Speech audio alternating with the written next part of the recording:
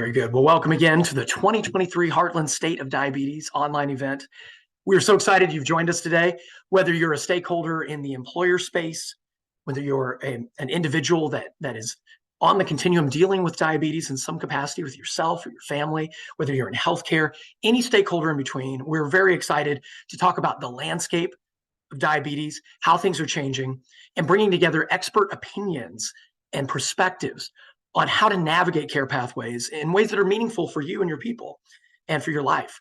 So for that, we thank you for your time. My name is Joel Hungate. I am a director of Hancock Wellbeing here in Central Indiana for Hancock Health Network. And that entails working on the infrastructure of well-being, we dub it, this idea of lifestyle interventions early and often. And a major component of that for us is diabetes. So very passionate about the topic today. And it's my honor to really guide the conversation and help facilitate this diabetes overview that we're about to dive into, a panel discussion where we're going to talk about helping employers navigate care pathways for staff with diabetes and understanding prevention and best practices. We'll have a question and answer component to that, in addition to organization diabetes management success story that we're very excited about from Carmel Clay Schools in the suburban Indianapolis area. So you're going to want to stay for all of the above. I'm very excited to answer questions as we get rolling through, and really just blessed and with the quality of panelists that we're going to have today. I hope you had a chance to see the bios, but first and foremost, we really have to thank our sponsors. Without these sponsors, our event doesn't happen, and are doing great things in the space. So I would like to thank Lilly Diabetes, Novo Nordisk, BJC Healthcare, Hancock Health, and AS Medication Solutions for their gracious sponsorship of this event to make this possible. And now to dive into the diabetes overview. As I mentioned, you're here for a reason. Some component of this interests you. It touches on what you deal with every single day. And we really need to level set on what the landscape of diabetes is right now. What does that mean? And I don't think it surprises us if you're in and around the space, every 23 seconds, someone in the US is diagnosed with diabetes. For the CDC, we know it's a growing problem. It's a growing crisis in the sense that 1 in 10 Americans has diabetes today. It's 37 million people in the United States alone. And we think about not just the ones that have diabetes, what about those that have prediabetes? It's over 96 million American adults have prediabetes. And 81% of Americans with prediabetes, they don't know they have it. Further, when you think about the prevalence and awareness of this, only 15.3% of Americans with prediabetes have been told that they have it. Really underscoring that need for prevention education. And we all know that prediabetes is a major risk factor for the development of diabetes. So to take the risk test, we can talk about what that is. If you go to diabetes.org/risk test, all one word, that's a place where you can route either yourselves, associates, people you know that could benefit from assessing that risk and trying to better understand, am I in the bucket of those 96 million Americans? And maybe I'm one of the 81% that have prediabetes or at risk for it, and I don't know it. Likewise, the demographic considerations here are immense when you look at the disparities, where it's twice as likely to be diagnosed with diabetes compared to non-Hispanic whites if you're American Indian or Alaska Native. Likewise, 25% compared to non-Hispanic whites. Asian Americans are going to be 25% more likely to be diagnosed with diabetes. And Hispanics and Black people are more than 50% more likely to be diagnosed with diabetes when compared to non-Hispanic whites. So we also have the racial disparities there, and it's not a problem that happens in a vacuum.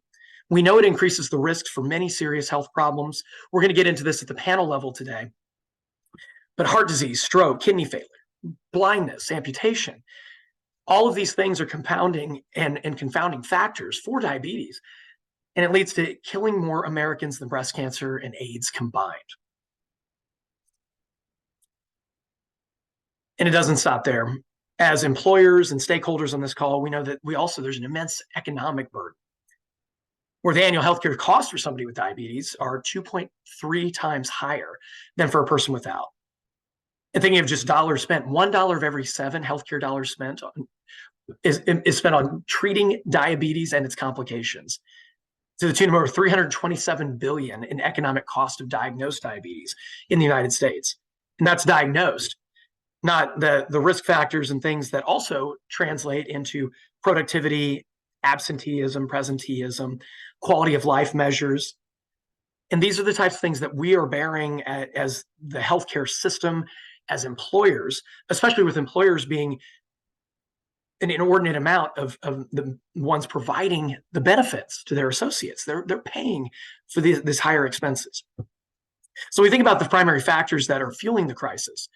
Social determinants. We know that poverty, lack of access to healthcare, health insurance, food deserts, and lack of access to nutritious food, outdoor space, medications, even that infrastructure of well-being concept. It's trails, it's access to these outlets that help us keep the wolves at bay if diabetes or prediabetes is a risk for somebody. And then there are the biological factors. We know predisposition, age, genetics, ethnicity, like we discussed, and then the lifestyle factors, where just access to those unhealthy foods and physical inactivity leading to obesity, and that running hand in hand with diabetes. So for those that don't know, very timely when we talk about the state of diabetes, because November is American Diabetes Month. And we bring together our communities and our country for American Diabetes Month because we want to celebrate the progress we've made in diabetes prevention, care, and the search for a cure, really taking that mindset of prevention, control, reversal when possible. But it's also a time to recommit to the essential work that lies ahead and realize that our vision of lives free of diabetes and all of its burdens, we can't get there without you, without the folks that are taking their time on this call to shed light on the issues. And the ADA uses these resources and its resources to provide education, programs, advocacy, and really fund life-saving research for people with all types of diabetes. And remember, that's not just type 2 diabetes that we're discussing, it's also type 1, and what that means from a quality of life and an ongoing management standpoint.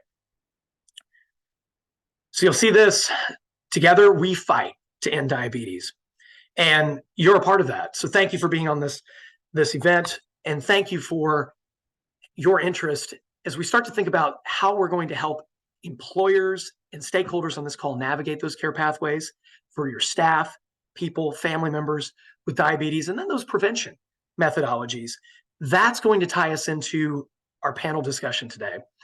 And I'm beyond excited to invite our panelists right now to unmute, light up those cameras, and I'm going to hop into some introductions because we have really created a diverse perspective today when it comes to the panel discussion, touching on everything from the technology to what about cardiology and its implications with diabetes and diabetes management, to benefit design. What about the pharmacology side? What about the pharmacy benefit management side? We have just an incredible array of experts, thought leaders, movers and shakers on this space, and it's my pleasure to introduce them to you today. So without further ado, I'm going to hop into the bios for our speakers, beginning with Mr. Tracy J. Sims. Tracy is the Executive Director, Corporate Affairs at Eli Lilly and Company. He leads health system analysis and modernization efforts for chronic diseases, including obesity and diabetes. And Mr. Sims' role includes responsibility conducting research focused on obesity, type 1 and type 2 diabetes, health system assessment frameworks. He is an ex officio member of the National Academies of Sciences, Engineering, and Medicine, serving on the Roundtable on Obesity Solutions, also a member of the American Sociological Association. Mr. Sims holds a Master's of Arts in Sociology from the University of Alabama at Birmingham and a Bachelor of Arts with a double major in Communications and History from Whitworth University in Spokane, Washington. So Tracy, thank you for joining us today. Likewise, we have Mr. Chris Johnson, CEO, JA Benefits. Mr. Johnson joined JA full-time in May of 2004 to serve the firm in many roles, including customer service, large group account management, agency operations, and consulting. In December of 2009, Chris became a partner in the firm, then became president in January of 2015, and advanced to CEO and chairman in 2019. As partner, chairman, and CEO of JA Benefits, Chris splits his time between consulting and overseeing operations of the firm. His clients really value his personal attention, timeliness, and depth of knowledge. So Chris, thank you for joining us and for bringing the perspective of benefit design and benefit advising to the table today. We also have the indomitable Mr. Greg Baker, CEO for Affirmed RX. And Mr. Baker is a pharmacist by training. He brings a strong clinical focus to pharmacy benefit management. So throughout his 25-year career, he's been a leader in direct pharmacy services with a focus on optimizing patient outcomes. And Greg has a genuine care and concern for the well-being of patients. His commitment to improving patient outcomes led him to Affirmed RX. He values honesty, integrity, and clarity in business practices. And these values, paired with the operational knowledge and insight of an industry insider, position him to be a positive force for change in the healthcare industry. And that's never been more timely than right now in the landscape of diabetes and how we're creating access to those therapeutics, access to the technologies, access to the pharmaceutical solutions and the sustainable lifestyle change. So Greg, thank you for being here today. And we also have Dr. George Shahood. He's a medical doctor with SSM Health. Dr. Shahood received his medical degree at Aleppo University School of Medicine, Aleppo, Syria. Completed residency in internal medicine at St. Louis University and cardiovascular medicine fellowship at the University of Arkansas for Medical Sciences in Little Rock, Arkansas.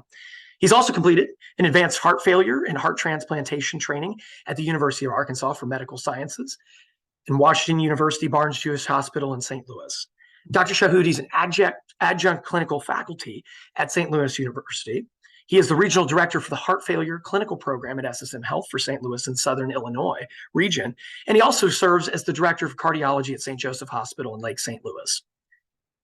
He likewise serves on the AHA Board of Directors in St. Louis, Missouri. He's been the chair of the Get With the Guidelines 360 and AHA Quality Initiative in the St. Louis market, and is currently serving as chair for the Implement-HF Quality Initiative in St. Louis as well. He's board certified in cardiology, holds a board certification in advanced heart failure, heart transplantation from the American Board of Internal Medicine, and he holds a board certification from the National Board of Echocardiography and the Certification Board of Nuclear Cardiology. His special interests are advanced heart failure and heart failure disease management, cardiac hemodynamics, cardiac imaging, and valvular heart disease. Dr. Shahood, thank you for joining us today. So with that, I want to dive into, really before we really get into this, I'd love to go down the line with our panel today. And in particular, understand your response to the following question, which would be, how does diabetes affect your role and affect what you do every single day? And what are some opening thoughts on the state of diabetes as it relates to employers and the stakeholders on this call? And I would love to begin with Chris Johnson at JA Benefits, if you'd like to start us off, and we'll roll down the line.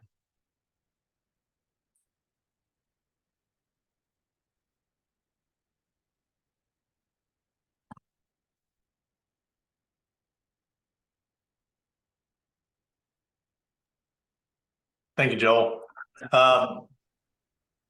So the question was, how does it affect me and how does it affect the things I work on every day?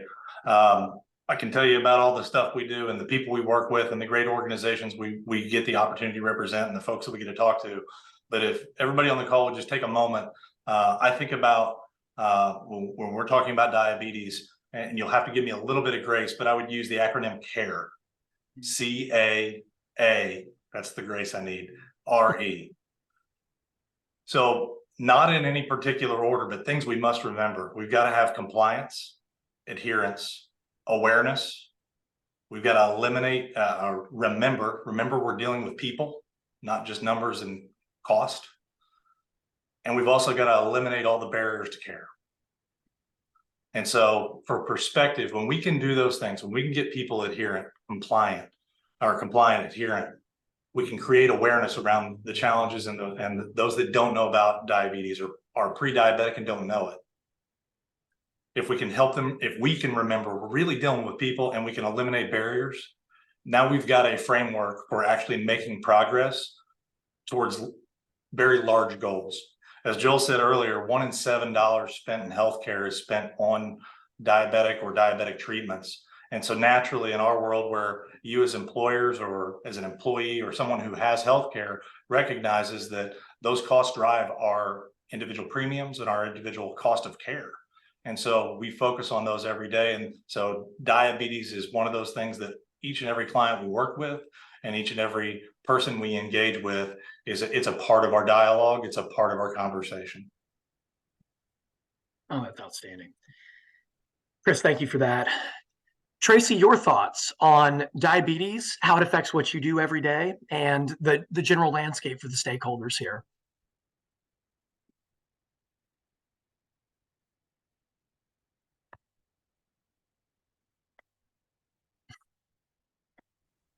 Cool. Thanks very much. And thanks to the ADA for developing this forum and this chance to join. For me, three-part answer to your question. First, I'm a person who has diabetes. I've had diabetes for over 45 years. So I approach my work not only as a person who has had this disease, but who is deeply interested in modernizing law, regulation, health perspective, and health practice. It's my fundamental perspective that many of the opportunities we have to improve diabetes prevention and diabetes care stem from efforts focused on structural factors, big, powerful factors that make it difficult for some people to prevent the disease or to effectively manage the disease, which is a demanding one. Next, I approach this as a member of a company that has been involved in diabetes care for 100 years now. We are celebrating 100 years at Eli Lilly and Company of being involved in helping people manage this complex disease. And then finally, I approach this as a researcher. I think as much data as we can bring to the treatment community, to the management community, but most importantly, to people who have this disease to enable the consistent and effective management. Those three things are what compel me to be deeply engaged in improving diabetes care. And thanks again for the chance to join today in this conversation. Oh, that's wonderful. Tracy, thank you for the time and the insights on that front. Mr. Greg Baker, same question to you. Very curious for your thoughts, and especially as the tie-in from both as a pharmacist and in the pharmacy benefit management space. What diabetes, what's happening on that landscape, and how it affects what you are thinking about every single day.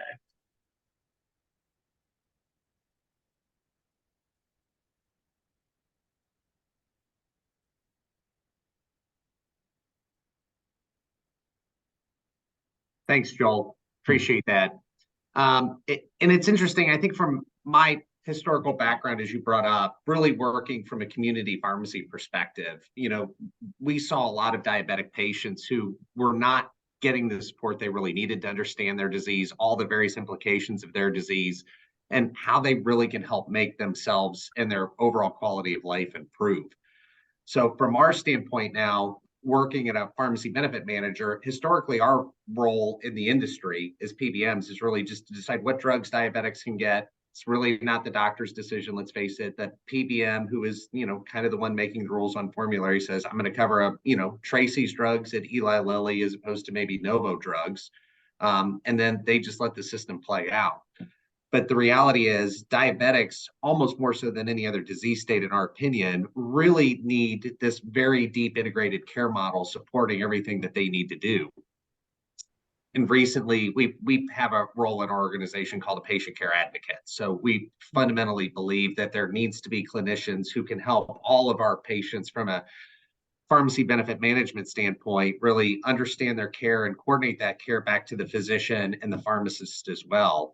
And it's not a funny story at all, but it's kind of a funny story, I guess, if you want to be sadistic in a sort of way. But we were working with one of our, diabetic patients, and they weren't getting their prescriptions filled on time. And part of the reason they weren't getting their prescriptions filled on time is because they kept going back to their doctor, and their A1C kept going up and up and up. And they were doing everything they could to try to, improve their disease, and they were just getting frustrated. So, as this patient care advocate's really just trying to be a conduit to help. The patient makes a comment that they're thirsty all the time, and they're especially thirsty in the middle of the night. And for some odd reason, the patient care advocate said, well, what do you do then when you're thirsty? And they're like, well, I usually have a 2-liter of Mountain Dew sitting next to my bed, and I just drink that when I get thirsty. And you're like, oh my gosh, is this real life?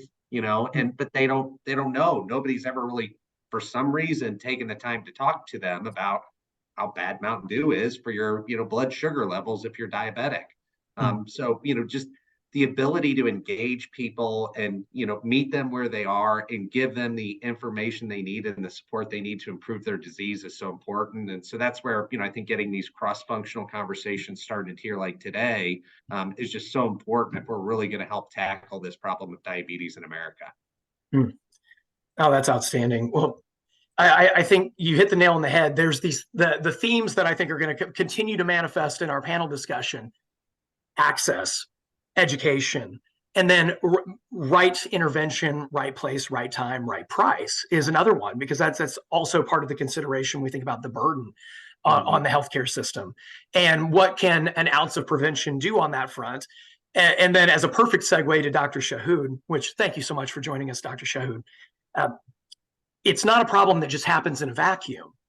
And I would pose the exact same question to you, doctor. What diabetes means to you and what you do every day, especially from the cardiology standpoint, knowing that it doesn't just happen in a vacuum. There are comorbidities and other considerations. Would love your perspective on that, sir.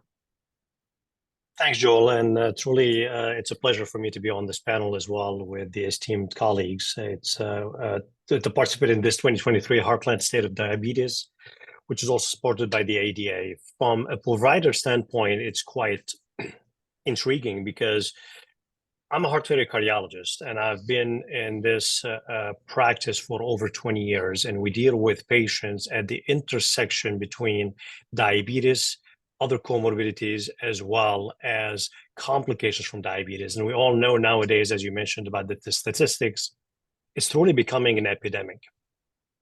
Along with the increase in obesity epidemic, which is increasing the prevalence as well as the incidence of diabetes. From my standpoint, what we deal with on a day in and day out is that we know that both heart failure as well as diabetes are both associated with increased morbidity and mortality. And actually, most patients with diabetes, their mortality is related to cardiovascular disease. And it's not just coronary artery disease, MIs, or what have you, but it's also the higher prevalence of heart failure in this patient population. It's actually quite staggering to see that in patients that do have diabetes, they have about 4 to 6 times higher fault of developing heart failure than their counterparts.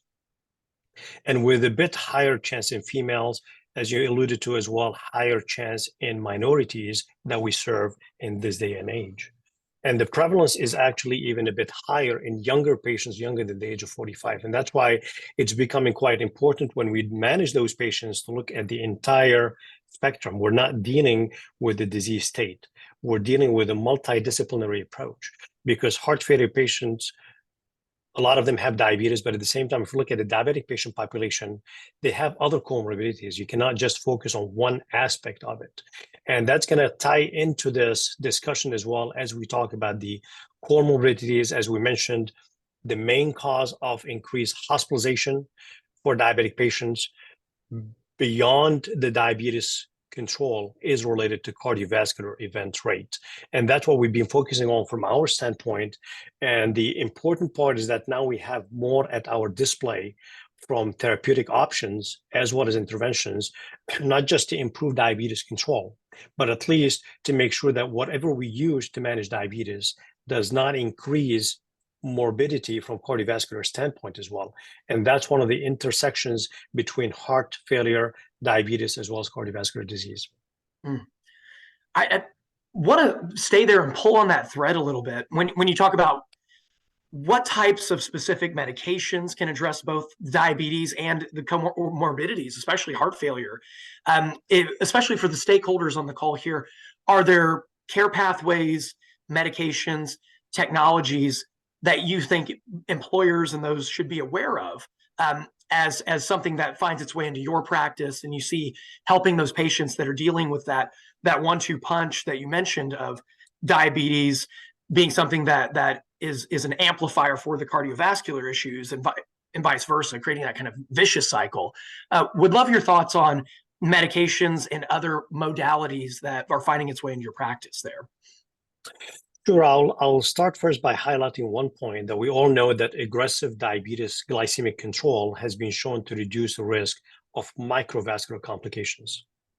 But till this date, we don't have a good data to support that the strict diabetes control will reduce cardiovascular risk, coronary artery disease, as well as heart failure. So even though it's important to control diabetes, but the glycemic control by itself is not enough.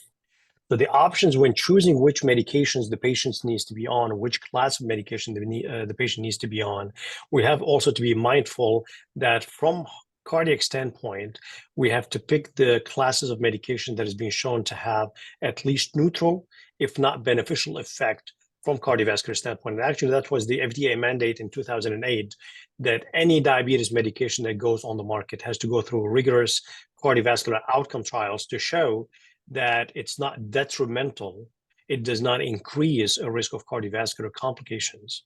And we've seen all along, especially with the newer class of medications, with the SGLT2 inhibitors, for example, that not only that it does not increase a risk of cardiovascular events, but there was a signal that it showed a reduction in heart failure hospitalization in diabetic patients by about 35%. And that was quite a light bulb that sparked that interest. And then we have the data coming out after that, looking at this class of medications, not just in diabetic patients, but actually in patients with heart failure, with or without diabetes. And that's why the indication for that class has been expanding.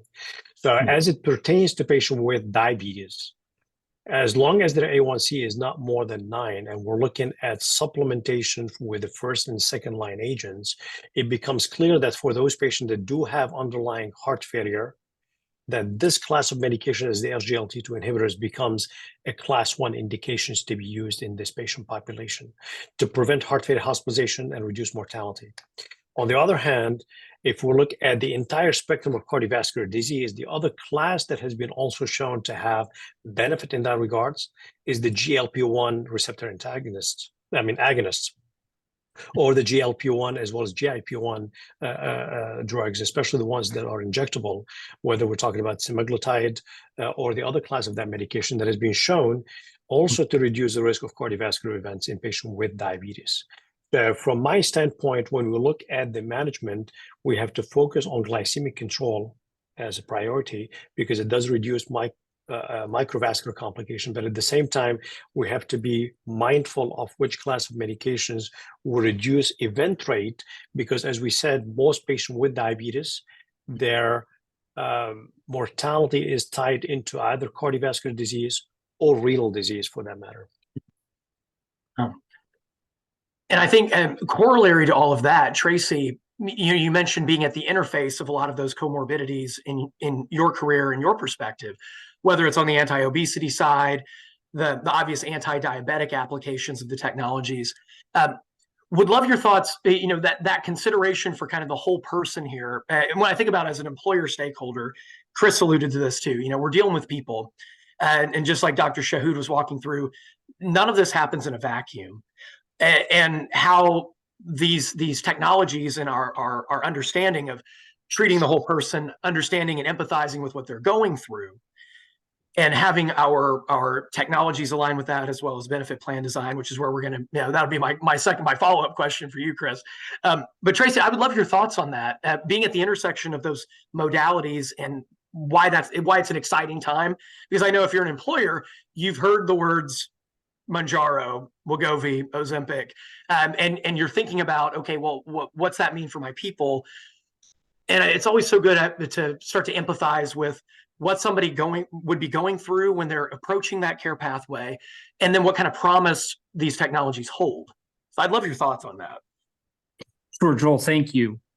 And in full agreement with Dr. Shahood's comments here. We've come such a long way in diabetes care, but we still have a long way to go. The literature would suggest that still today, only about half of people with diabetes achieve the standard of care HbA1c, and less than a quarter achieve HbA1c, blood pressure, and cholesterol standards of care. And that's shocking today. We know how to treat this disease.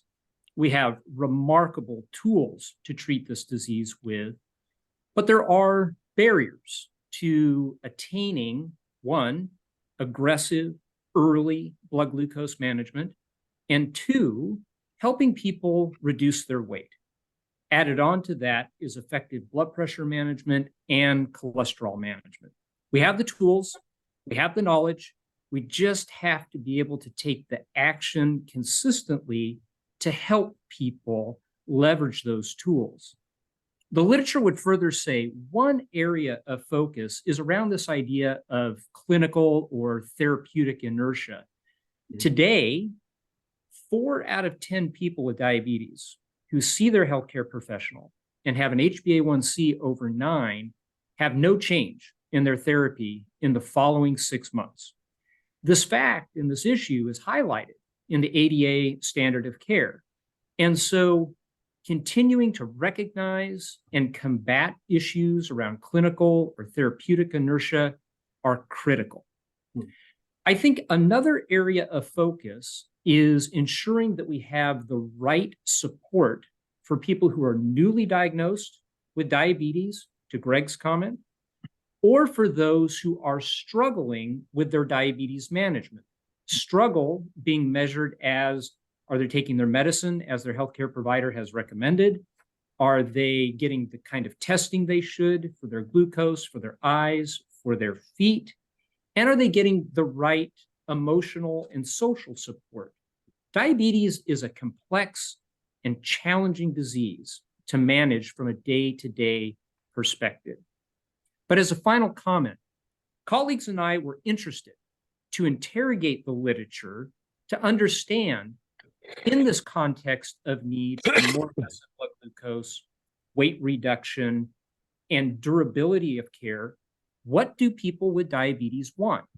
So we initiated a targeted literature review worldwide, looking at what the literature represents when you ask people with type 2 diabetes specifically, what do you want from care in order to help you start care or stay on care? And here's what the literature reported. The number one thing people want from their diabetes care, no surprise, is effective blood glucose management. The second thing they want from their care is to not gain weight from their care and ideally to reduce their weight. This is really important because the medical literature highlights those two things as necessary. We have the tools and knowledge to do both of those things, and that's exactly what people with type 2 diabetes want. As a final note, they also wanted to not be exposed to hypoglycemia. I think there's a nice connection to the employment space here. Hypoglycemia is not an exciting thing to encounter. And if you're an active employee, it's not something that you want to have to manage while you are working.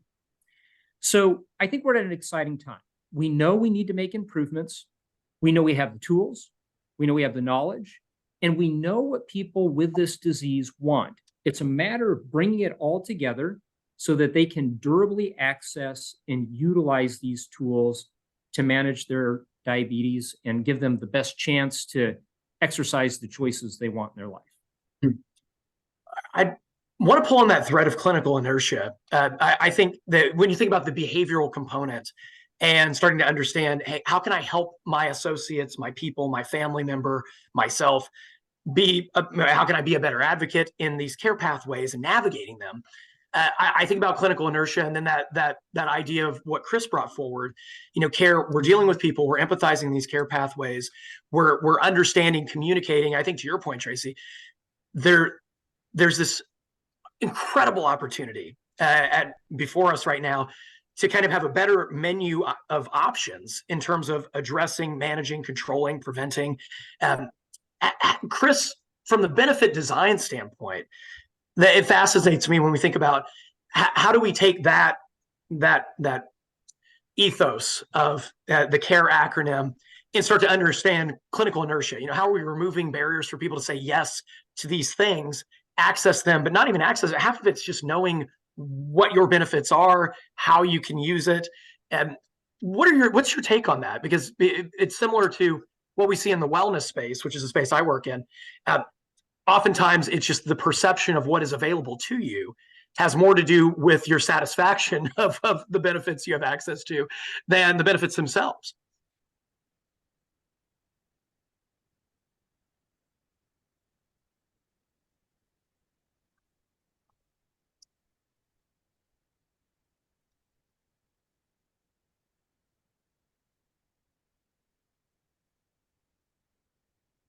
Oh, Chris is the, there we go.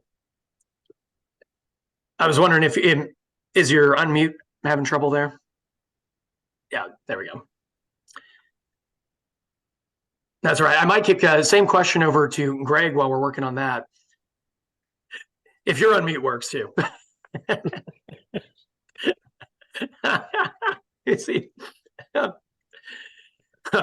Oh, maybe Dr. Shahood. As we work our way down. I think I'm on. So, I mean, you bring a very important point, which is the inertia. And this is also, we see it on the provider side as well. We look at it from heart failure standpoint, but we look at it from diabetes standpoint. We have that a concept of patient being stable. And there's nothing really called stable when we're talking about these disease states. It's a chronic disease, it's persistent disease. Even if you have relatively better A1C control, but that does not negate or reduce the risk on the long run. So that's why it's important to come up with those disease management protocols that will help you to manage those patients, because we have to look at it as a multidisciplinary approach when we talk about diabetes, interplay with heart disease, kidney disease, and all the other complications that comes from diabetes. So to be able to break that provider inertia, we have to have two things that are critical. Number one is to have an understanding that we need to make sure that providers have the ability to change practice patterns by having a certain type of protocols that they can follow that are endorsed by society guidelines, that these are the steps that we need to take, and that does not take into account how the patient feels, because all patients with diabetes, they may be feeling fine. A1C may still be high, their blood pressure is still not controlled, their lipids are not controlled, they may have early signs of LV dysfunction, not even the stage of heart failure, that we have to be proactive. We have the same problem when we have the diagnosis of heart failure, that we become also quite numb to the idea that, well, the patient is feeling fine. Do we need to keep adding medications? And from our standpoint, from the AHA, as well as the Heart Failure Society of America, we are pushing the boundaries to say there is really nothing called stable patient for that matter. We have to start early, start aggressive. Time is of the essence. The longer we wait, and we've seen it in diabetes patients, the longer we wait, the longer time that the patient stays in diabetes state, the longer they have their diabetes uncontrolled, the longer time they are on insulin, the more microvascular complications they have, the much higher chance they're going to end up with cardiovascular disease as well as heart failure. So we have to target those patients early on by early recognition, following certain pathways to be able to manage those patients in a timely manner. Mm. Yeah. Well, and Chris, that clinical inertia coupled with the behavioral component of this, to Dr. Shahood's point, helping arm our providers to not break that inertia, we can keep that flywheel turning. What's that look like on the benefit side in communicating that to people, so that they understand that these are the care pathways available, and if we get this flywheel turning, what does that mean for our health? What's that mean for the plan spend? Fascinated to get your take on that from the benefits perspective. Yeah, so this goes back to eliminating barriers to care. And we know what the patients want. And we know that we've got the research, the technology, and even the development of new medications and new therapy pathways. And the conduit to all of that isn't always just a desire from the employee to take action on that, because they may be restricted by their plan. So I think from a planning and an employer's perspective, as they're building their plan designs, and I would think about ways that we can eliminate access to care. Mm-hmm. We have to remove barriers. And so tactical ways you can do that. Diabetes has been identified as a state of care that can be considered for preventative medicine, meaning we can take away some of the copay and cost shares associated with that. Now, for every employer that's on the line, you're immediately thinking, if I take away the cost share, that's just going to raise my cost. And I think what you're hearing is this collaboration around which side of the cost do we want to attack? Do we want to attack today's cost of care relative to knowing whether you're pre-diabetic, maintaining HbA1c testing, staying compliant and adherent on the medications? Or do we want to pay for the cardiac care on the back end? Or do we want to ask or invite one of our employees to pay the ultimate price by not maintaining their health and having a cardiac event or having a different comorbid event? So I think we've got to take a little more of a global perspective. We need to be focused on eliminations, and those tactical things we can do is we can look at eliminating the care, the cost of care on the by putting insulins and our diabetic therapies on our preventative PBM formularies. Yeah. That's one tactical thing we can do. The other things we can do, and I think this goes back to both the provider community and the individuals, we see it in the claims data every single day. And that is sometimes when the new therapies are being tried, HbA1c testing is not done effectively or in a timely fashion. And this goes back to, is it a barrier?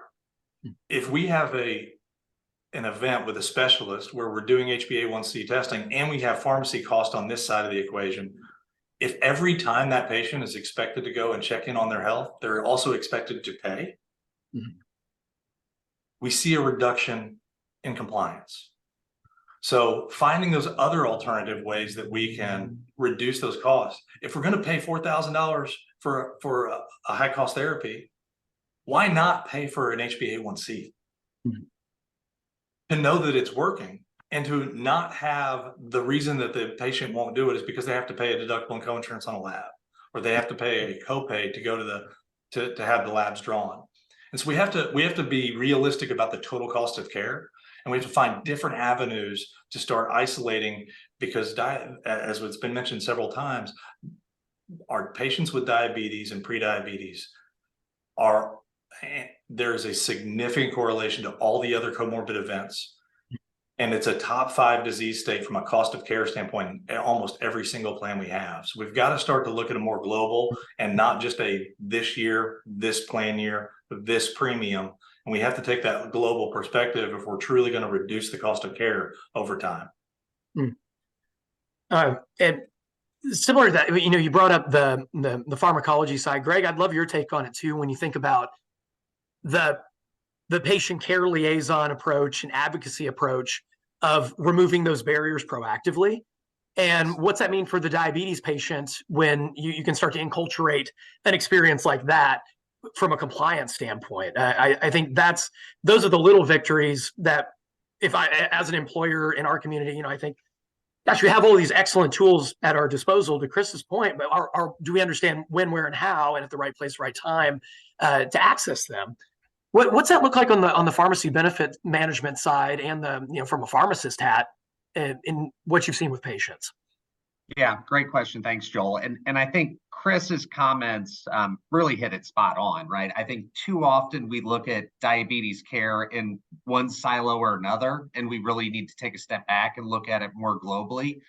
I think from a pharmacist standpoint, hey, there's a lot of really good drugs out there that can make people better if they just actually take their drug. Number one reason why people don't take their drugs, as Chris really alluded to, I think very well, is cost. At the same time, I think we have to really have a candid conversation with ourselves about what drugs we're approving, why we're approving those drugs, and what the total cost of them is, not just to the member, but to the plan.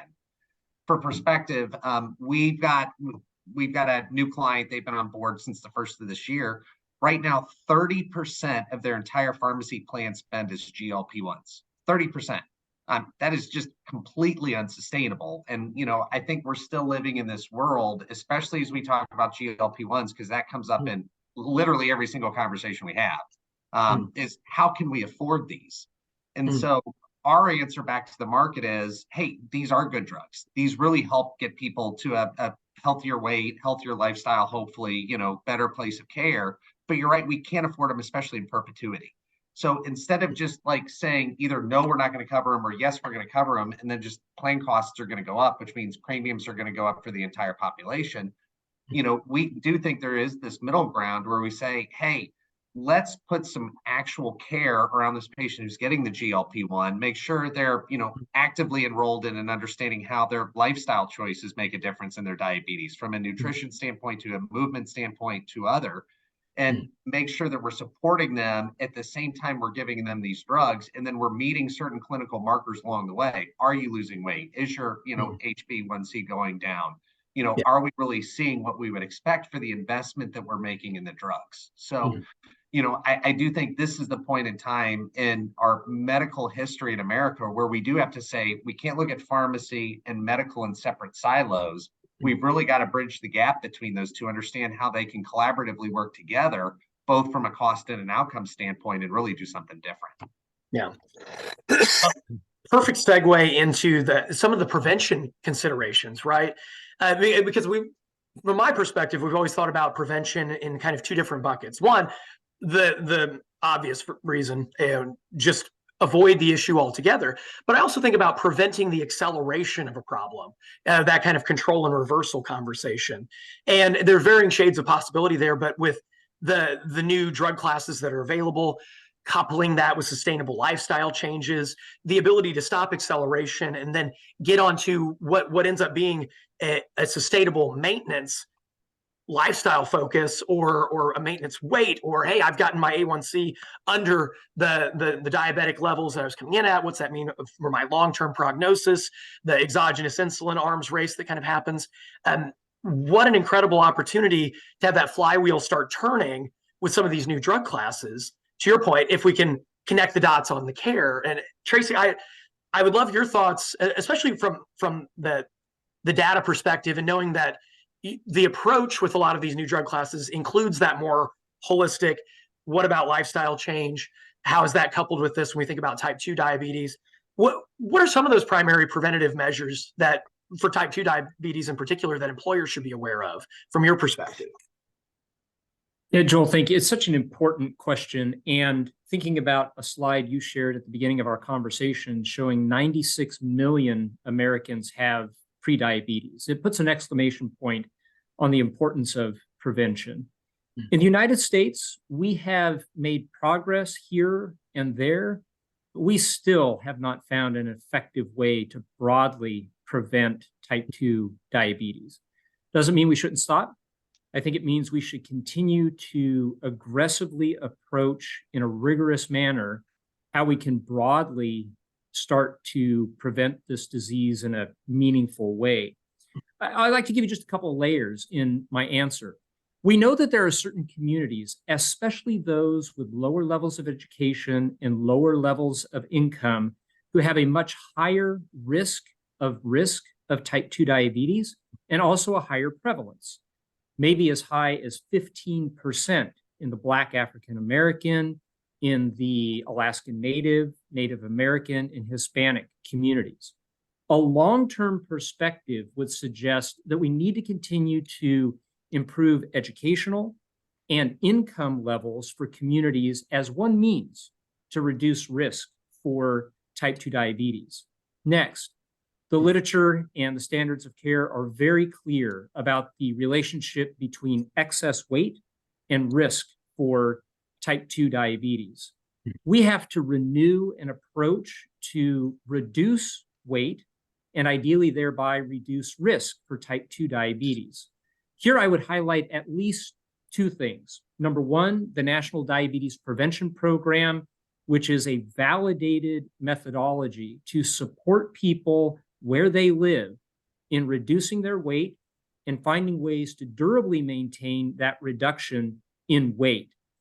When we look at the participation in the National Diabetes Prevention Program, some of the highest participation is by white women who also have the lowest prevalence of type 2 diabetes. The lowest participation is in the Black and African American community, which has some of the highest prevalence of the disease. What this means is we need to improve how this remarkable program is deployed, make sure it is deployed closer to where people live, and the right support methodologies are put in place to help them engage and stay engaged in those programs. I think finally, we are in a new era from a pharmacologic standpoint to reduce excess weight and help people treat their obesity. There's value in this. Our team has recently completed an economic analysis of the impact of obesity in 5 states, Indiana, our home state, being one.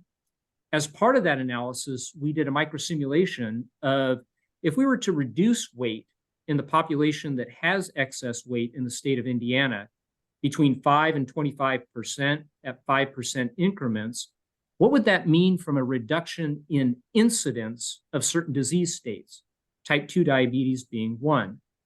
The microsimulation model found that if we were to reduce weight by 15%, which is very achievable and well supported in the literature, we would reduce the incidence of type 2 diabetes in the state of Indiana between 15 and 17%. So again, I think we have to think longer term. We have to think immediately about programs like the National Diabetes Prevention Program. And then finally and currently, we need to take a modern perspective on treating obesity as a disease and treating it with evidence-based tools that help people treat their obesity, gain the health benefits of that, and one of those being a reduction in risk of developing type 2 diabetes and its comorbid conditions. Yeah. And Dr. Shahood, in your practice, how do those prevention pathways manifest for your folks? One of the things we always talk about is if you look at the data, and I think employers should be interested to hear this, when you look at the data of all-cause mortality and how it changes to go from inactive to less inactive versus inactive to active, there's a 50% gain in terms of improved all-cause mortality rates relative to, so just going from stage 1 to stage 2, 50% gain, and then the curve kind of flattens after that. Doesn't mean you don't have gains down the line, but if we're talking minimal effective dose, how do we help folks get off the X with these comorbid conditions, the idea of prevention? And what's that look like in your practice? Because I know what we've seen is if you change the language from, hey, I don't need you running marathons, I don't, that's too big of a step. What if I could just get you from completely inactive to less inactive? Maybe that's a better way to frame the conversation. And I know that's apropos for the cardiology patients, the diabetes patients that have those comorbidities intermingling. How does that factor into your practice in terms of those prevention pathways? Great question, Joel. And I echo what Tracy mentioned as well. This is quite important to look at the preventive side of it, because this is basically the only way for you to basically make an impact on reducing the cost of healthcare overall. Because diabetes is almost like an end spectrum of the disease. You look at it from the standpoint of which are the risk factors that will lead not just to diabetes, but the other comorbidities. So physical inactivities, overweight, not just obesity, even overweight is a risk factor by itself. The way we look at it from our practice is that any patient that comes into the practice, to the office, it's basically a holistic approach. Mm-hmm. So for example, we have our heart failure disease management clinic.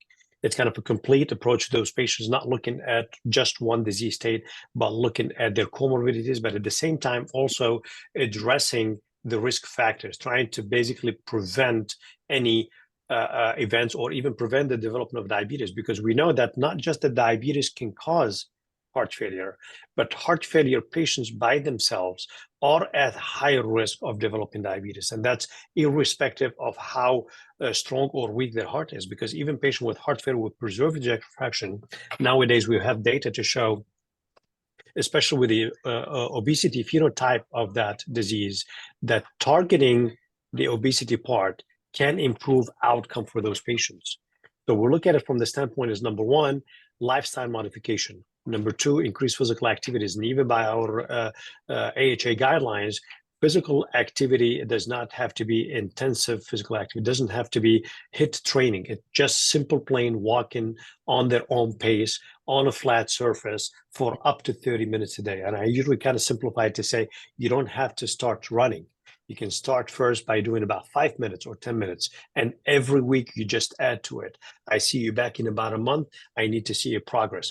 Have you been able to increase your physical activities? And don't look at it from a way to try to lose weight by doing exercise. We have to focus also on overweight and obesity as another risk factor for developing diabetes as well as heart failure, and how to manage those patients, whether it's by looking at certain types of dietary modifications, whether we're looking at even drug therapies to try to help prevent development of obesity and targeting those patients early on in their disease process. That is outstanding. Well, I know we're coming up on the top of the hour here. If anybody in the crowd has questions for any of our panelists, and I know some may have to jump, and while we're thinking about questions, you can throw them into either the chat or the Q&A section. And we'll be happy to get those questions answered, whether it's for the entire panel or directed at a specific panelist. Let them fly.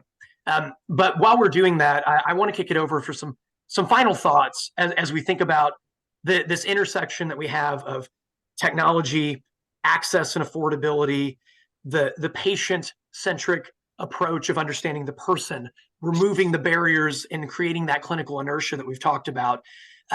And Greg, I'll give you the first word on this because I know you may have to go here at the top of the hour. How do you see that, to kind of put a bow on it, how do you see that manifesting in our space? What's the future going to look like? And what is that empowered, what has to happen for that empowered patient plan intersection of technology and care to come to life, to really help us get ahead, to Dr. Shahut's point, get ahead of the burdens in healthcare right now, that it really is a supplier demand problem. And we can have pulled levers on either side of that equation. I'd love your closing thoughts to kind of wrap up what this means from your perspective. Yeah, thanks, Joel. I appreciate that. And I thought I'd actually throw a grenade in the middle of the room and then just run away as opposed to putting a bow on top of it. I think at the end of the day, the other thing, just as we've had this awesome conversation here this afternoon, that's running through my mind is the awareness that, right, everybody lives in a different community. So when we really think about this, and this is what I appreciate, Joel, about what you and your organization are doing, is really to put community assets out there where the people live so that they have better access to this wellness and prevention. And I don't think enough health systems are really being innovative enough in thinking about it, right? They still want to treat the sick and not help people get better.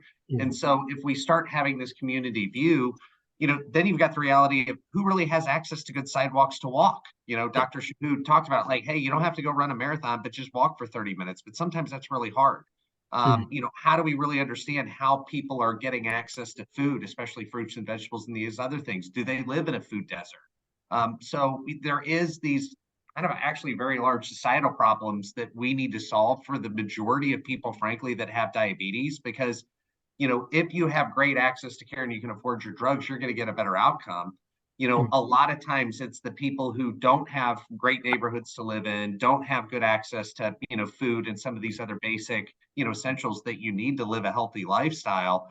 And that is also driving a lot of the poor outcomes that we're seeing. So, we can talk about, the drugs, we can talk about the physicians and the care, but, there is a lot of stuff in the background that are contributing factors to what we're seeing. Yeah. Oh, no, that's fantastic. Greg, thank you so much for joining us today. And Chris, I'll kick it over to you next, I think, to kind of put a bow on it. With the ground we've covered, I love this idea of clinical inertia, the CARE acronym. Yeah. How do you see that coming together? And if you had a message for folks, especially stakeholders that are on the call in the employer space, dealing with this on the continuum of diabetes care, what would you leave them with in that regard? First, thanks again. At the top of the first question, I didn't take the opportunity to thank you all for giving us this platform to share. For every stakeholder, I think our role can be defined as cultivating the environment for success. And we each have our given role. That can be on a community base. That could be for the city we live in. It could be in the rural community that a member resides in. It could be as the drug partners in the development and the identification of new therapy choices. On the provider side, we all have this obligation to cultivate an environment for success. The one challenge we all face is, until the patient is ready, there isn't a solution. But we've got to create pathways and remove those barriers. And so whatever that looks like for you in your stakeholder role is do something that's going to cultivate an environment to allow people to be more successful in leading and living a happier, healthier life. From an employer's perspective, I would be remiss not to take the opportunity to speak to the employer side, because we didn't spend a lot of time talking about cost and the challenges and the ways that we manage plans. Mhm. I think it's really critical that from an employer perspective, that we all stop getting, or we start to eliminate this thought process of cost year to year. We have to start evaluating our total spend over the long term. And there may be some pain, but no employer plan, no health plan, public plan has gone broke spending dollars on preventive care Mhm. or improving the life of a patient early in the healthcare phase. We spend 80% of our cost at the end of life care and at the end of disease state care. Yeah. So let's continue to focus on that, even if in the short term there are some additional costs or burdens that we may have in the short term. That's outstanding, Chris.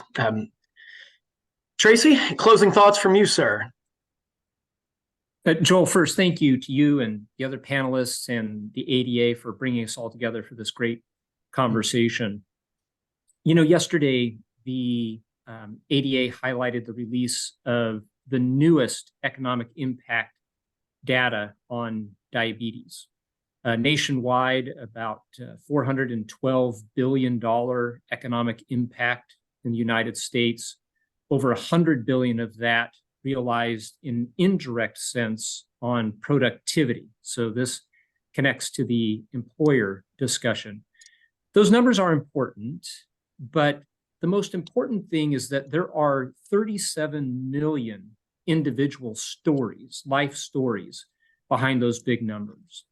And as it relates to helping each one of those individuals effectively manage their diabetes within their larger health context, I think there's a remarkable opportunity for the use of data. If we've gotten good at something in the last 10 years, it is gathering and analyzing data. There are a lot of people with diabetes, be it type 2 or type 1, who manage the disease really well, and hat off to them. They don't need a whole lot of extra help. They need access. They need to have regular access to their healthcare provider and all the related tools that are necessary. But as I mentioned earlier, there are about half of people who really struggle with this disease.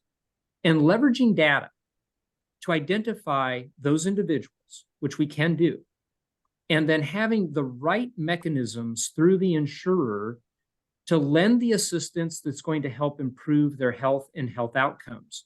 In some cases, it may be extra training.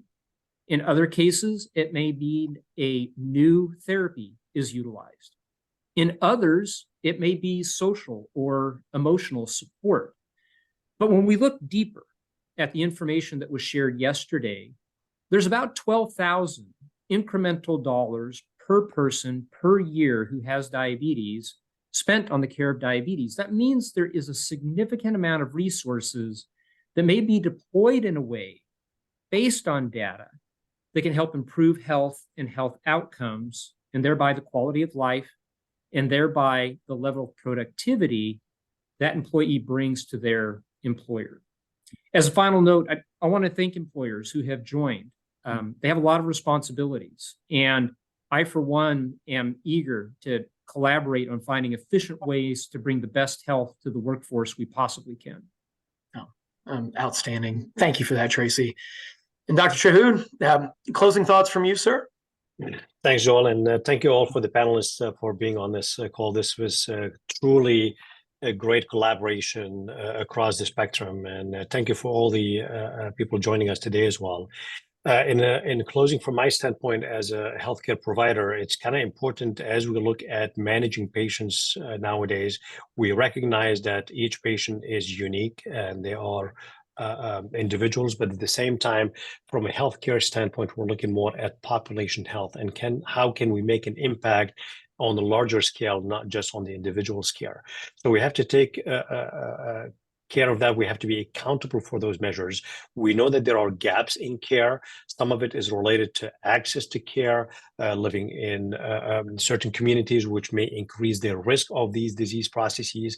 We have to be able to depend on a lot of the societies as well as the resources at each community to be able to reach out to those pockets where we have a higher incidence and prevalence, especially of diabetes, and target those patients, because if you spend those resources toward the highest risk population, you'll have a better impact on reducing cost to the healthcare.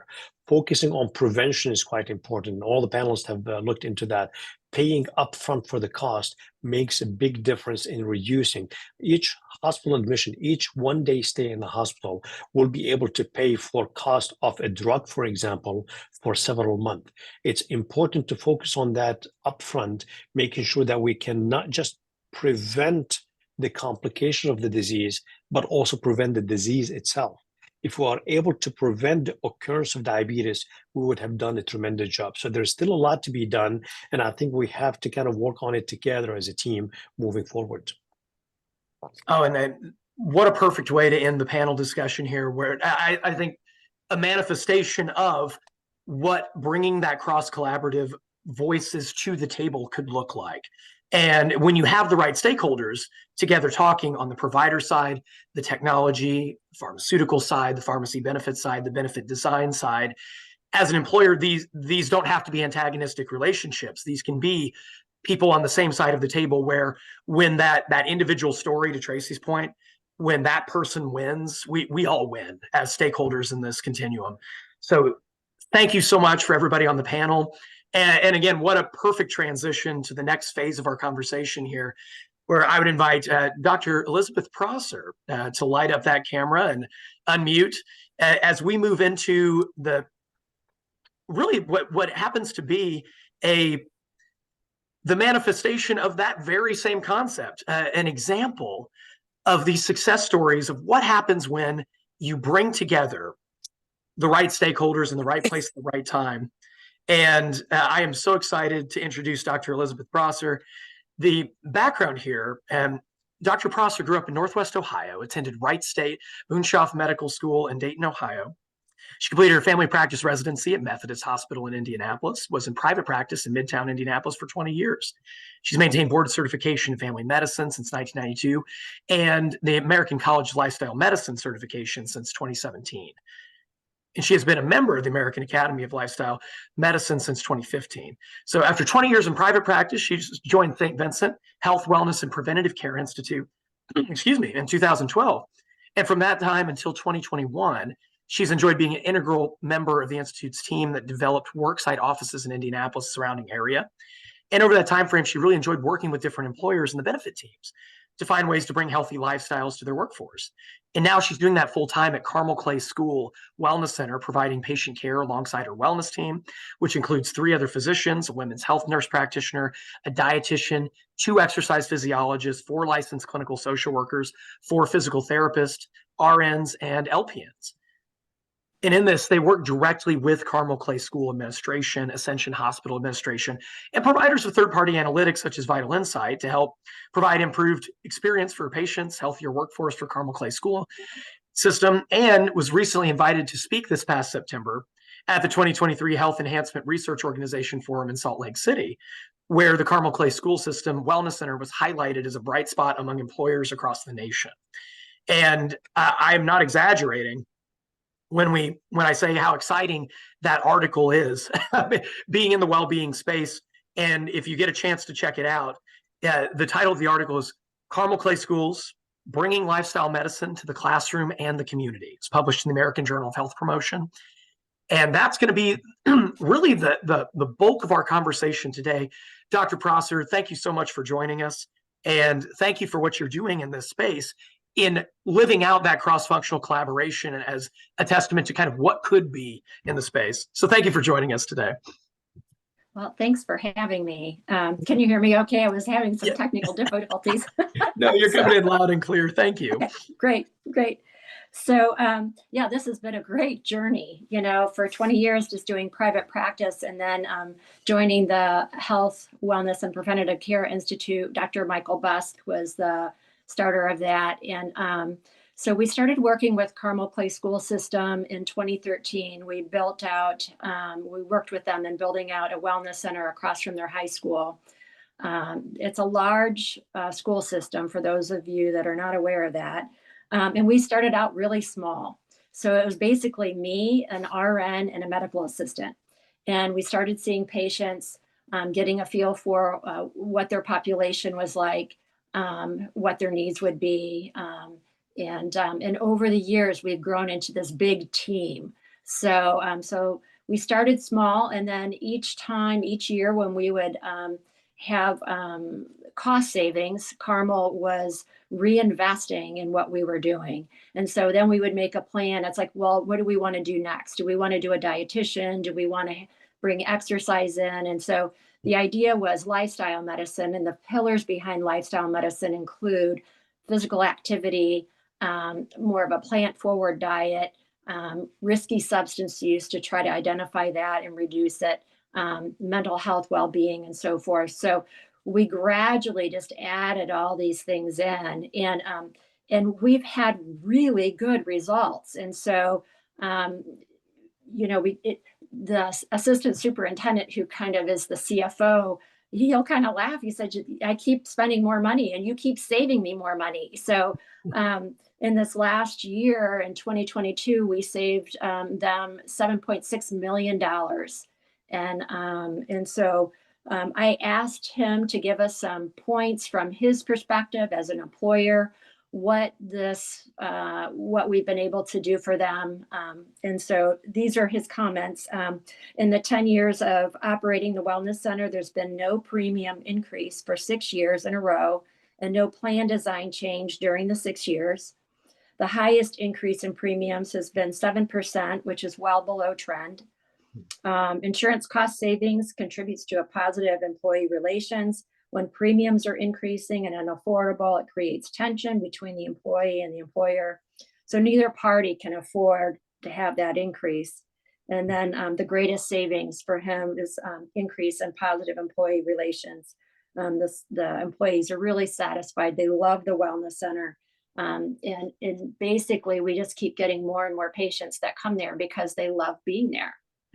We know our patients. So it's like back in the day when they open the door, it's like, oh, hey, how was your trip? How are your grandkids? So right at the beginning, we know our patients. They're not a diagnosis. It's not the diabetic in room 5. It's, Mary, she needs her labs drawn, and hey, she just lost her husband. And so let's get her to the counselor. So we're treating the whole person. And that's, I can't tell you how important that is as a physician to be able to have a relationship with the patient, and then the patients trust you when you tell them, adding coconut oil to your coffee might not be the best thing. Let's maybe think about something else as far as dietary approaches are concerned. So we have the team that's available. Not everybody uses all of the team, but certain people will. So there's some people that want to lose weight. So we have them meet with the health coach who's really passionate about weight loss. And so they'll come alongside the patient.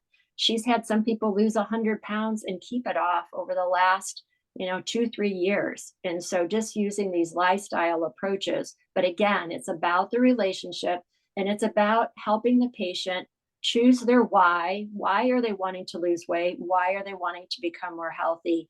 And that helps to get them past some of these barriers, like it's cold outside. My walking buddy didn't want to walk today. But if they could connect with their why, they're more apt to get the job done. And I know from a medical practice, we don't usually use those coaching terms, but it's really important for behavior change that physicians and the healthcare system begin to use those coaching methods in order for people to overcome barriers, because it's not easy. So about 80% of our diabetics have an A1C as less than 7, so they're very, very well controlled. Our diabetics, like in most of the country, we do have a few of them that are really challenging. They have a lot of comorbidities. And so we're helping them to make sure that they're connected with the right specialist. A lot of times those people that aren't well controlled, there's barriers to care. And once we're able to figure out, oh my gosh, they have depression or they have anxiety, we're able to have them meet with our counselors to help them to improve their diabetes control. So I'm not sure as far as time is concerned, I know we're No, sensitive. no, you're good. You can keep going. And then if anybody has questions, please feel free to fire them into the chat. But that's outstanding. Outstanding to see this come together that way. I might interject one question in and around this, one of the themes of the panel discussions is clinical inertia. And when you're able to amass a team like that, in particular, you think about the diabetes care pathways you could bring to bear on behalf of folks. How have you seen that approach, like what you took at Carmel Clay Schools, be a force multiplier for that clinical inertia conversation? Mm-hmm. I think employers have a lot more power than what they think in the healthcare space. Yeah. And so, the employer and the employee are aligned. They both want to be healthy. They want the employee to be healthy. Mm-hmm. And so, if the employer, like in this case, the Carmel Clay school system, they are bent on creating a culture of well-being. And so that in having the right, for me, I've been able to collaborate with the Carmel Clay school system and say, hey, look, we need a dietitian. And then let me help you vet out that dietitian so that we're all on the same page and we have the same vision. And it makes a huge difference. It really does. And so, they want to see good outcomes. The client, the employee wants to see a good outcome, obviously. They just don't know how to get there. And that's part of my job, is to help them find that. Yeah. Oh, that's outstanding. Now, and other thoughts you had about this. One of the things, the buy-in that with just reading the article, reading the testimonial, getting the type of buy-in from the stakeholders there, and the type of support you had from the highest echelons at Carmel Clay Schools. Can you speak to that and how important that is when you talk about creating a culture of well-being and what that means for managing chronic condition like diabetes, and creating hope and access for people? What kind of effect have you seen that have in those settings? It's huge when you've got an employer that they're not just talking about creating a culture of well-being, they're doing it. Yeah. And so we have a little gym that it actually started off with like a Zumba room. And so we keep building out. And now we've got a gym, we've got a cardio room, a weight room. We have classes, personal training, yoga classes, but it's not just the teachers that are there. I mean, it's the superintendent that's there. And it's some of the retired teachers that are off the plan, they're there. And so it creates this space of mutual respect. It's not just, gosh, the superintendent is off in his office somewhere and, trying to figure out how he can save money. And it's like, no, it's like, he's human. We're all human. I'm there working out with them as well. And we're building relationships, and we're working together to become healthier. And then when people see that, when they're working hard to take care of the kids in the community, it encourages them to overcome barriers. But then it also helps the stakeholders, the superintendent and the HR person, and they're all seeing the benefit from it. Yeah. And right now, we're seeing the sickest of the sick. And so with Mary Delaney and the Vital Insight, we're able to see what kind of patients are we seeing? Well, we're seeing the ones that are waiting for their kidney transplant, that have heart disease, and, they're very sick people, but they're over there trying to work out. They might not be working out as hard, but they're moving. And when other people see that, it's inspiring. Yeah. Oh, and again, drilling down on, for instance, the managing diabetes care pathways in this front, the savings, I think, is what kind of blew me away when you think about medical spend and when you're intervening upstream like you are, and that access component of having the benefit of an on-site clinic. What would be your advice to employers that a lot of us out there, maybe there's no way I have an on-site clinic with this depth and breadth of staff. Maybe I'm not that big of an organization. What are some of the practical steps that you think, as a physician in the trenches, seeing this kind of cross collaboration really bear just an incredible amount of fruit? And I think it bears repeating from the study, or from the publication in particular, that was roughly $8 million on a saved on a $25 million budget, which just wild amounts of savings. What would be your advice to employers and stakeholders to say, hey, what can this look like without the benefit of, hey, I've got this crazy on-site thing that is soup to nuts, providing everything that my people would ever need, or maybe I'm not that big. I would love your thoughts on, can this methodology scale those directions? Mm-hmm. I really think it can scale. I mean, a lot of times people say, oh, well, Carmel's got, we've got this massive team. We started off very small. And I think, having the people that are making the decisions as far as the money, the human resource people, having the people that are the main stakeholders that are controlling things like the benefits and all that, I think it's important that they be well informed and on the same page. And if they're interested in providing a culture of well-being, then there's lots of different ways that you can provide that. First of all, there needs to be identification. A lot of people with prediabetes don't even know they have it. And so, informing them, making sure that their employees are getting, could be even a biometric screen, but it's not just a blood sugar. It needs to be an A1C, because sometimes a fasting blood sugar is going to be normal, but their A1C is high. Well, they're pre-diabetic. And so they need to be identified, and then getting them hooked up with programs like the diabetes prevention program, or there's some wonderful online free programs for dietary support. Full Plate Living is one that we even use at our office, where it's very healthy eating. They have support there, and it's very plant forward. Trying to help them maybe even give a discount at certain gyms, or encouraging them to connect with the YMCA. So they're starting to move, and to the point that was made earlier, just getting people to stand makes a difference. I mean, so if they're sitting all day, every 20 minutes, letting everyone stand up, or to encourage some stand-up desks for the people that are really sitting for a long period of time, because the studies show that even standing makes a difference as opposed to sitting. Yeah. So, I could go on and on. No, I love it, because I think it does boil down to kind of what is that minimal effective dose to really create the most positive momentum and change that you can, because you hit on this early as you were describing the successes you've seen. The behavioral change component is huge, and that's whether we're introducing new therapeutic modalities, different, hey, I take this prescription as a parenteral injectable of some sort, or hey, I take a pill 2 times a day with food. All of these are at their root a modification to behavior. Even just compliance is a modification to behavior.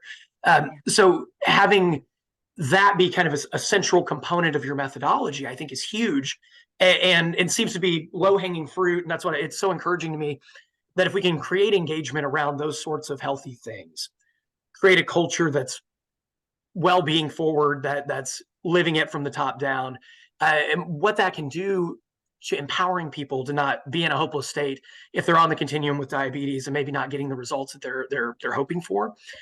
So I would love your thoughts on that in general, just ricocheting off that train of thought. But then secondly, how behavioral change has really found its place in your practice in this effort. Yeah. There are some people that are self-motivators. You're probably one of them, the rest of us, it's not that easy. And what I find is that they get tired after trying. I see a lot of people that they've tried to lose weight their whole life, or they've had diabetes for a long time, and it just they can't seem to get it to work. Or I've even come across employers that they've been so frustrated. It's like, this wellness thing doesn't work. It's like, but they just haven't hit the right combination of things, and they're you start to wear out over time. And so working with people and trying to understand, where is the inertia coming from? Where is that hopelessness coming from? And then helping to start to get some small gains so that they can start to gain some traction and some momentum. And so I think that in most situations, whether it's at a large employer or a small employer, just being able to gain some traction with a specific group, like somebody with diabetes, if you can find the pre-diabetics and the diabetics and then offer programs for them, it might even be something online where they're able to talk to a therapist, or if you had a health coach that came in that could help them to overcome the barrier and the hopelessness. Once you start to get some small gains, it's great. And so one of the examples is for people working out, it's so overwhelming, but if I can get people to start with strength training, that feels great, because it takes 2 weeks and you start feeling stronger, you start feeling like, hey, I can do this. And so then they start to gain traction, and then they start doing more. Oh, that's wonderful. Well, I know we're coming up on the bottom of the hour. If anybody has a burning question, throw it in there. But I would love to get your parting thoughts on that experience, because what a perfect way to kind of wrap on the state of diabetes from the standpoint of that cross collaboration in action, the clinical inertia kind of being achieved, people engaging, and to have those kind of numbers on the control and management of well-managed diabetes in that population, and then giving people these outlets to prevent it in ways that's also making it really affordable and creating just incredible cost savings for an employer. There could not have been a more timely publication when I saw that. So excellent work. Thank you for what you were doing on that front. Thank you. And it's so encouraging to me to see all of that in action, and to see the data supporting that, the things that we are talking about do make a difference, and it is accessible and it is scalable. We can do this. But I would love your parting thoughts on that experience and what it means for you, your practice, and then people that would be dealing with diabetes, type 1 or type 2, anywhere on that continuum, parting thoughts for those folks. Yeah. Those are big things. Big. I think one of the things that I think about is, we're all living in these communities. I mean, when we talk about the diabetic, I mean, it's like, shoot, it could be one of us. I mean, it could be you, me, it could be anybody that's here. It could be our grandmother, our father, our child, and it could be the teacher. And so we all contribute to our community, and the employers in particular have a huge impact on the community. And especially here at the school system, you want to talk about grassroots public health. It's like you start getting these teachers and the custodians and the bus drivers, once they start to understand what it is to live a healthy life, they impact the kids and they impact the parents. And it seems really obvious with the school system, but it's also true with any employer, and it's true with every single one of us. It's like what you're doing right now. It's like you're impacting a lot of people because this is something that's important to you. And people with diabetes, they live with this diagnosis every day, and they have the opportunity to have a positive impact on the people around them. And they don't want to be known just by their disease. They want to be known for who they are. And they all have these gifts and talents. We just want to release them to thrive and contribute, because then we all gain. Oh, absolutely. Gosh, well, I couldn't think of a better way to close on than that right there. That's inspiring. Thank you, Dr. Prosser. And I would echo for anybody on the line that the resources that the ADA provides, there'll be a resource guide forthcoming for everyone that's participated or interested on this front. So stay tuned for that. In addition to staying in touch with the ADA, the resources that we're putting out there, and knowing that this is only just the beginning of these conversations, that every single person on the line can be that inspiring catalyst that Dr. Prosser just described for folks in our community, for family members, for our coworkers, as an employer, creating an environment, to our early panel discussions point, are we creating an environment where that change and hope can be found for someone? And we can help them with that fight as we fight to end diabetes altogether. So with that, I want to thank the panel again. Just an incredible showing. Dr. Prosser, thank you so much for your time and for the work that you're Thank doing. you. And thank you to Mary and the entire team with the ADA for putting this together, and the entire community leadership board that helps make this event possible. In addition to our sponsors, we are just over the moon by the quality of conversation and hopefully portents of things to come. But don't be afraid that if any of these could help in your community, make a difference, you have way more power than you think. And I'm going to lean into that one from Dr. Prosser, both as an employer and as a stakeholder, to make it just an inordinate amount of change in people's lives. So appreciate everyone's time. Thank you for joining us today. That'll be a wrap for the 2023 State of Diabetes. We look forward to keeping in touch and keeping that needle moving forward, everyone. Take care. We'll talk to y'all soon.